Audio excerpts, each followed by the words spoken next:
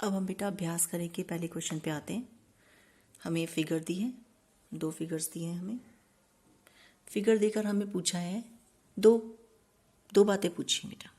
पहला पार्ट है कितना भाग रंग दिया, यानी इस फिगर में टोटल कितने भाग हैं और उसमें से कितना भाग रंगा हुआ है, वो फ्रैक्शन, वो भिन्न हमसे पूछी है।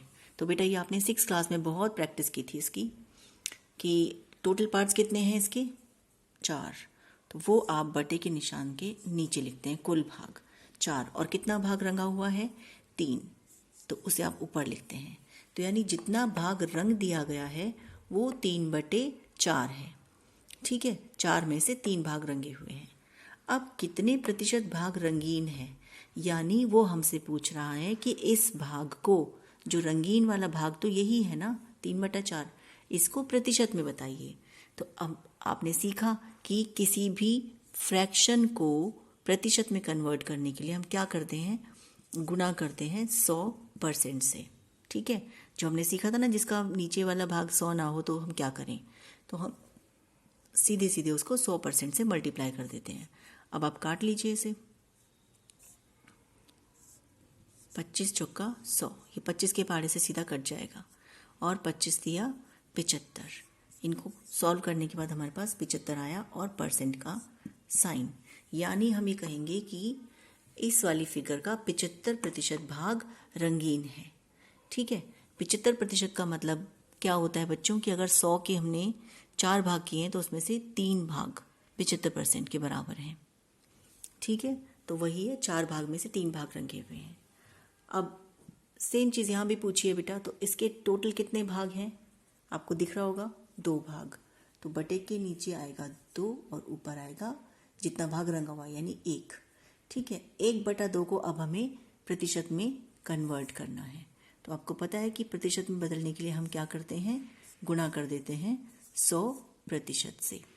ठीक है, ये बहुत आराम से कट जाएगा कि 100 के पहाड़े में 50 के पहाड़े में 2 पे 100 आ जाता है, तो 50 दूनी 100, और 50 की ऊपर एक से मल्टीप्लाई होगी, तो 50 एकम 50, 50% इसका आंसर आ गया है बच्चों।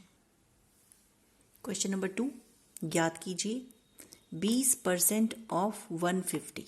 ये इंग्लिश में लिखा हुआ है, इसको हिंदी में ऐसे लिखेंगे 150 का 20%। मैंने आपको समझाया बच्चों, का मतलब क्या होता है, गुना। ऐसे ही इंग्लिश में अगर ऑफ लिखा है इसका मतलब होता है मल्टीप्लिकेशन। ठीक है, ऑफ और का एक ही चीज़ है।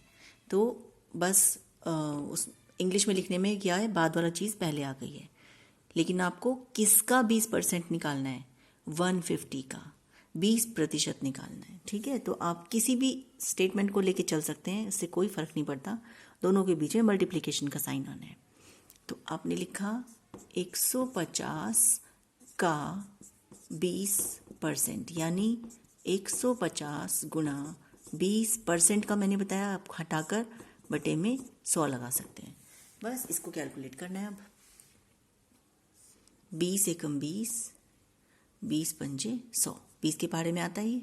ठीक है, अब हमारे पास आ गया है 150 बटे में 5। अब ये भी कट जाएगा, 5 दिया 15 और 0 की 0, नीचे 1 है, यानी 30/1, इसका मतलब 30। ठीक है, तो 150 का 20% होगा 30। ठीक है बेटा, अगले पार्ट पे आते हैं।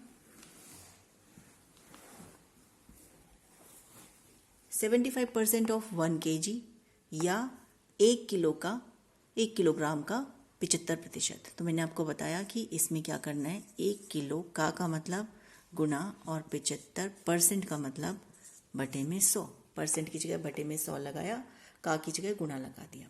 अब हमें पता है कि 1 किलोग्राम से कम की चीज़ आएगी, इसको हमें छोटी यूनिट में बदलना पड़ेगा। तो 1 किलोग्राम में कितने ग्राम होते हैं, 1000 ग्राम। ठीक है, 75/100, यानी अब हमें इसको सॉल्व करना है। तो यूनिट जो है ये हम यहाँ नहीं लगाएंगे, बल्कि हम ये ब्रैकेट में बता देंगे कि 1 kg जो होता है वो 1000 ग्राम के बराबर होता है, ये हम बता देंगे बच्चों। अब सॉल्व कर लीजिए। 2 ज़ीरो से 2 ज़ीरो कट गई, यानी 10 गुना 75 आ गया, यानी 750। अब ये अधूरा आंसर है अभी, जब तक हम इसकी यूनिट इसके साथ नहीं लगाएंगे, ग्राम्स। ठीक है, 750 ग्राम इसका आंसर आ गया है।